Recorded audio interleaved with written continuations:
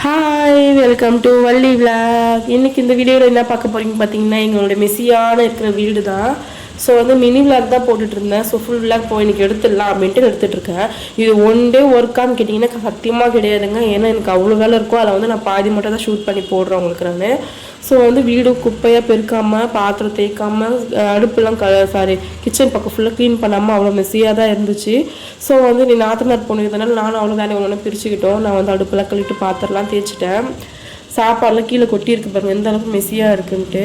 So இது one day வேலையான்னு கேட்டிங்க, one day ஃபுல்லாக இந்த வேலை கேட்டிங்கன்னா கிடையவே கிடையாது. இது பாதி வேலை தான். இன்னும் மீதி வேலைலாம் அப்படியே தான் இருக்குது. அதெல்லாம் ஒன்றும் ஷூட் பண்ணல. ஒன் டே இல்லாத நான் கண்டிப்பாக ஒரு நாள் எடுத்து போடுறேன்.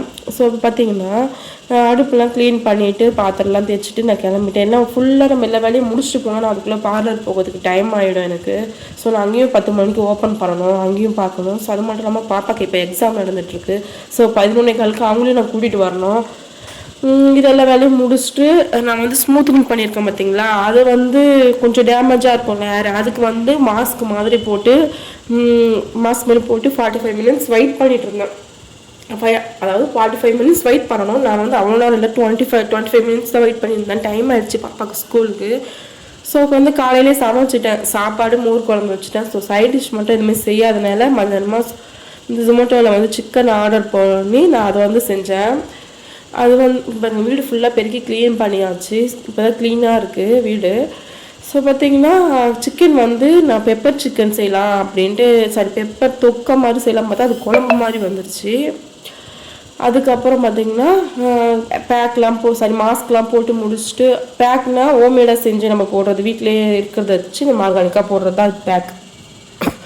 ஹோம்மேடாக இப்போ நான் போடுறது கெமிக்கல் க்ரீம். நான் பார்லருக்குலாம் யூஸ் பண்ணுவோம் பார்த்திங்கன்னா, அந்த மாதிரி ஒரு கெமிக்கல் க்ரீம் தான் போடுறேன். ஸோ அவளுக்கும் சரியாக போட தெரியாது. ஏதோ ஒன்று போட்டு ஏதோ முடிஞ்ச அளவுக்கு போட்டு அதுக்கப்புறம் பார்த்திங்கன்னா மதியானமாக தான் சிக்கன் வாங்கி செய்ய ஆரம்பிச்சிட்டோம். சிக்கனுக்கு பார்த்திங்கன்னா ஒன்றுமே இல்லை, ஒரு 5 முந்திரி ஊற வச்சு அதுக்கப்புறம் அது கூட ஊறினதுக்கப்புறம் கொஞ்சோண்டு கசகசா சோம்பு போட்டு அரைச்சி பேஸ்ட்டாக எடுத்துக்கிட்டு இந்த மாதிரி இன்னும் நல்லா நைஸாக பேஸ்ட்டாக எடுத்துக்கணும். அதுக்கப்புறம் ஒரே ஒரு தக்காளி, 4 வெங்காயம், ஒரு பச்சை மிளகாய், இஞ்சி பூண்டு பேஸ்ட் எல்லாமே எடுத்துக்கிட்டு அதை கிரேவி மாதிரி தான் நான் பண்ண மாட்டேன். அது குக்கரில் வச்சனால குழம்பா மாறிடுச்சு. எப்படி இருக்குன்னு பாருங்கள். ஸோ பசங்களும் ஸ்கூல் போயிட்டு வந்துட்டாங்க. அவங்க எல்லோரும் ஜாலியாக கும்பலாக உட்காந்து சாப்பிட்டுட்டோம். சாப்பிட்டுட்டு கொஞ்ச நேரம் குட்டி தூக்கம் போட்டு பார்லர் கிளம்பிடுவேன். ஓகே, இந்த வீடியோ உங்களுக்கு பிடிச்சிருந்தா வேறு ஒரு இன்ட்ரெஸ்டிங்கான வீடியோ மீட் பண்ணுறேன். ஓகே, பாய்.